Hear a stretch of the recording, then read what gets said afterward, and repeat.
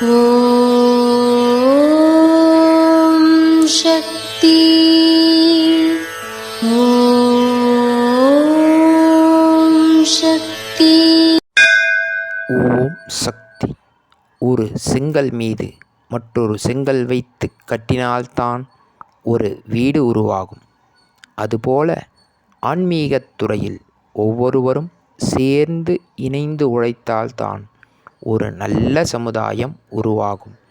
இது அன்னையின் அருள்வாக்கு. ஓம் சக்தி பராசக்தி. ஓம் சக்தி.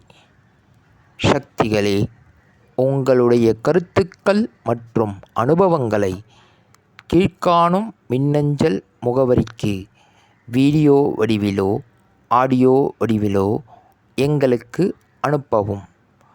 மற்றும் மறுவூர் மகிமை யூடியூப் சேனலை சப்ஸ்கிரைப் செய்யவும். ஓம் சக்தி.